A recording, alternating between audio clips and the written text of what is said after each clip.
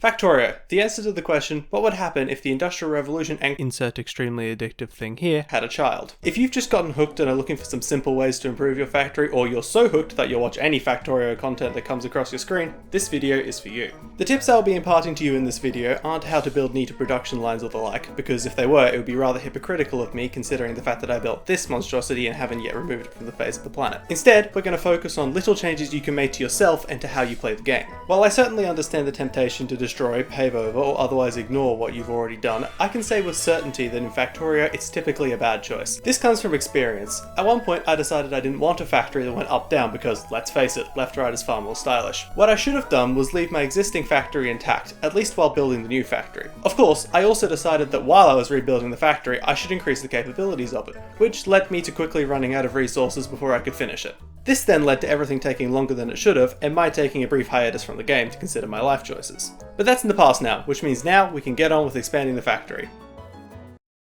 Autosave.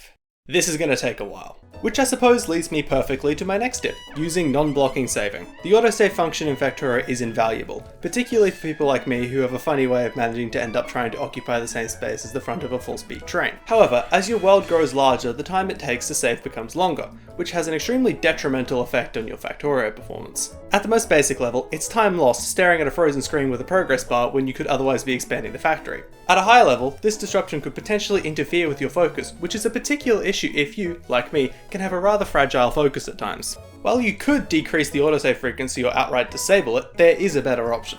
Non-blocking saving. The upside of non-blocking saving is that it uses a rather convenient system call that essentially allows a process to do this. With two nearly identical copies of the same process, you can continue expanding the factory on the parent process while the child autosaves for you. The downside is non-blocking saving is only available on macOS and Linux because Windows doesn't implement the specific system call for it. Which is why I'm sitting here right now, waiting.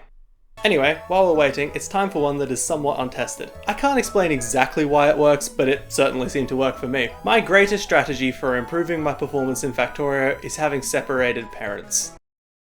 Now this method isn't entirely untested. Before I started using this one great trick, I could barely make it out of the tutorial, but now I've finished the game and can build massive factories, provided of course I have the motivation to do it. This method might not work for everyone, and perhaps not everyone will be able to pull it off, but if you have experience with this trick, I'd love to hear about it so we can put together some proper research on the subject. Now, I've heard from some naysayers that it's not this trick that improved my performance, but the fact that I'd owned the game for less than 5 days before starting to use the trick, and therefore didn't give myself the chance to play the game without it. But I scoff in the face of anyone who resists scientific research, and think at the very least we should collect some data before making any extreme judgments.